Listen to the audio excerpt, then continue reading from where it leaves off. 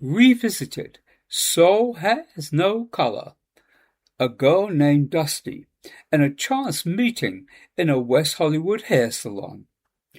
I'm revisiting and editing some of my earliest posts on Substack and adding audio versions, since I'm happy to say that I have a few more subscribers since the original post was published in May 2024. In the autumn of 1962, a 23-year-old Dusty Springfield was on a visit to America en route to Nashville to make a country music album with the folk pop trio the Springfields with brother Tom and Tim Feild. The group had achieved success with the single Silver Threads and Golden Needles, which was the first single by a British group to reach the top 20 of the US Hot 100. During a stopover in New York, per Wikipedia, while taking a late-night walk by the Colony Record Store on Broadway, Dusty heard a record that was to have a major impact on her musical direction. Tell Him by the group The Exciters was playing, and she'd recall. The Exciters sort of got you by the throat. Out of the blue comes blasting at you, I know something about love.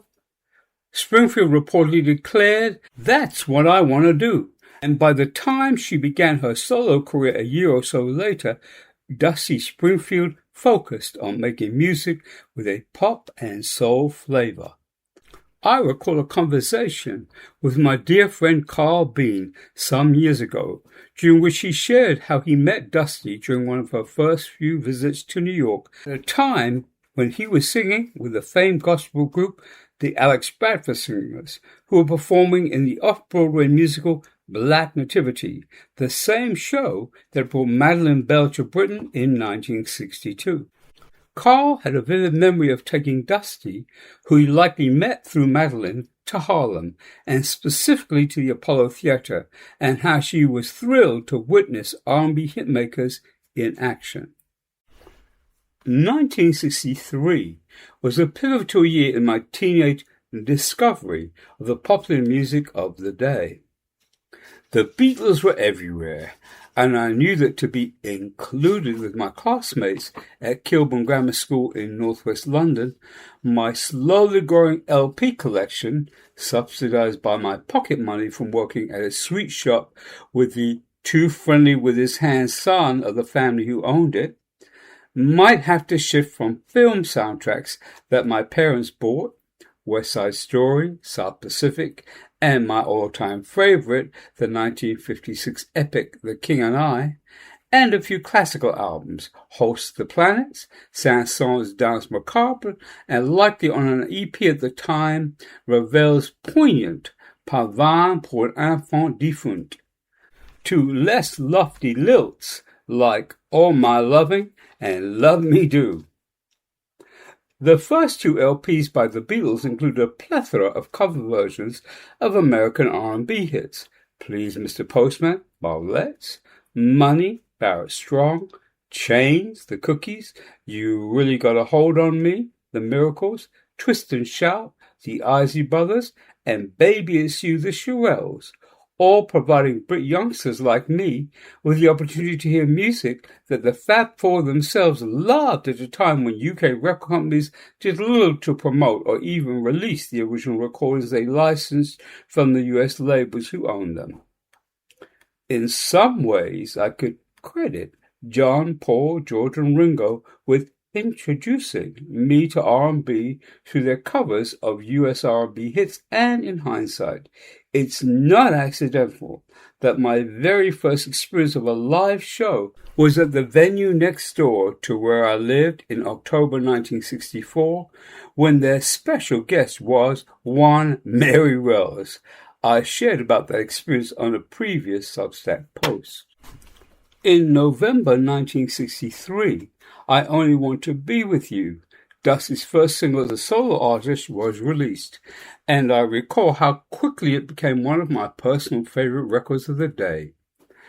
As a 15-year-old, I was experiencing puppy love and infatuation over redhead Marilyn Wolfe, a pupil of the girls' school across the street from Kilburn Grammar School. I would dote on her when I would see her walking down the street, future shades of a Hal David lyric that would be the catalyst for my embrace of soul music just months later. Think Dion, Walk On By. By April 1964, A Girl Called Dusty was beginning its ascent up the UK album charts, while aforementioned Dionne Warwick's Walk On By was also starting its journey as a British pop hit. And as noted in a previous Substack post, 60 years ago I bought a record, my official journey into the world of American R&B and soul music began. It's amazing. Look at the list of 12 tracks on the British version of that first Dusty Springfield LP. It's entirely made up of Dusty's versions of a range of US hits, such as Mama Said and Will You Still Love Me Tomorrow, both originally recorded by the Shirelles. When the Love Light Starts Shining Through His Eyes from the Supremes, You Don't Own Me, Leslie Gore, Mockingbird by Inez and Charlie Fox, and no less than 3 compositions from Burt Bacharach and Hal David, Wishin' and Hopin', and Anyone Who Had a Heart, both originally cut by Dionne, less we might add than a few months after the famous UK chart battle between Dionne and Cilla Black, and 24 Hours from Tulsa, which had been a UK top 10 hit for Gene Pitney in January 1964. The only track on A Girl Named Dusty that doesn't seem to have been recorded by any other artist was Nothing, which you can surmise from comments on various interviews about Dusty's early visits to New York, was a song she got from songwriters at the famous Brill Building, home for tunesmiths like Carole King and Jerry Goffin and aforementioned Burt and Hal. Dusty's ability to bring her innate soulfulness to her music was often downplayed in the UK, in particular by purists who always contended that the original is always the best. While I was often on the side of the contingent who felt like UK artists were not bringing the same authentic feeling to their cover versions of American R&B tracks, think The Moody Blues Go Now versus original by Bessie Banks, The Rolling Stones' It's All Over Now versus the Valentinos, and of course The Animals' Don't Let Me Be Misunderstood, written for and first recorded by Nina Simone. I clearly felt Miss Springfield was different, even in 1964. Indeed, I was referencing Dusty in the same breath as Dionne and using the term soul, which may indeed have been my own first published penning of the word. This unplanned extended Substack piece on Dusty was prompted by a BBC radio interview I did on Sunday, May 19th, 2024, celebrating the 60th anniversary of the release of her first LP. Alas, with a somewhat unprepared broadcaster who referenced her having been the first British artist signed to Motown, a fact I had to correct live on the air by informing him that she was signed to Atlantic Records, home to one of her musical idols, Aretha Franklin. Research reveals that she met Aretha in early 1969 when Dusty was doing new vocals for her Atlantic debut, Dusty in Memphis, which contained Son of a Preacher Man, a song originally intended for Aretha, who initially rejected it, and subsequently did a version after Dusty's, which became a US top 10 hit. Go figure. I shared during my brief interview on May 24th about the only time I met Dusty Springfield in person. It was circa the late 80s when she was living in West Hollywood and I was living in the Mid-Wilshire area of LA. I remember having my hair cut at a unisex salon by a friend of mine in a small street off of Melrose Avenue, and in conversation, she mentioned that there was another British person having their hair done at the same time. I think she's a singer. Her name is Dusty something, were the words my hairstylist was uttering. I immediately asked her to stop cutting my curly locks. I was on the left side of the salon, and Dusty Springfield was on the right. I was nervous about saying hello to her, which may seem strange when I reflect that I had spent hours upon hours over the preceding years in the homes of Aretha, Dion, Luther, Maurice White, and others, and by 1987 or thereabouts, I had established myself as a bona fide scribe in the world of R&B and soul music. I gingerly walked to where Dusty was sitting. "Excuse me, Miss Springfield," I proffered timidly. "I'm also from Britain, and I just want to let you know that I grew up listening to your music." While she might have been a little taken aback by being accosted in a hair salon by a fan, she smiled. "Really?" I quickly added that I'd known Vicky Wickham, her longtime friend and oft-times manager, for many years. In fact, from 1965, when I first went to the studios of Ready, Steady, Go with Nina Simone, and Dusty beamed. "You know Vicky?"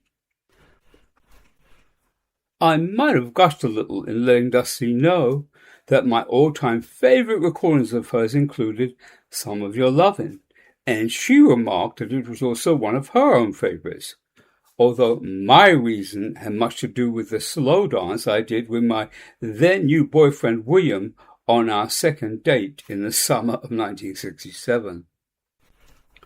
I mentioned her cover version of the Randy Newman song I've Been Wrong Before from her second UK LP Everything's Coming Up Dusty, which had also been recorded by Cilla Black in 1965. She nodded, maybe a sign of recognition, that we both might have found some validity in the title and lyrics of the song. Conscious of our surroundings and that both of us were in mid-haircut, I told her my name and asked if she would let Vicky know we'd met, before I bade her a fond farewell.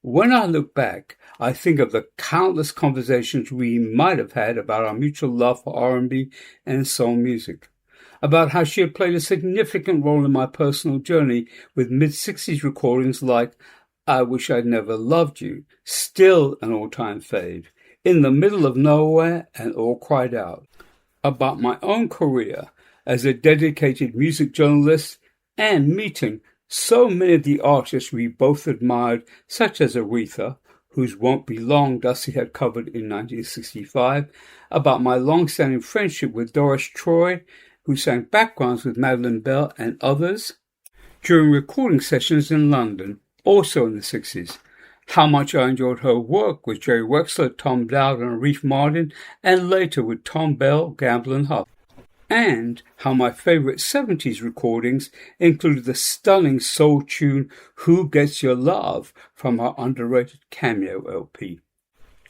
Literally, I could have spent hours with Dusty Springfield, given our mutual long-time love affair with music. Those few minutes in the hair salon remain precious. The BBC interview Gone Bad on Sunday, May 15, 2024, served unwittingly to remind me of just how important Dusty Springfield's soulful contribution has been in my life. She exemplifies, through her timeless recordings, that soul, as in soul music, or indeed the soul itself, has no color.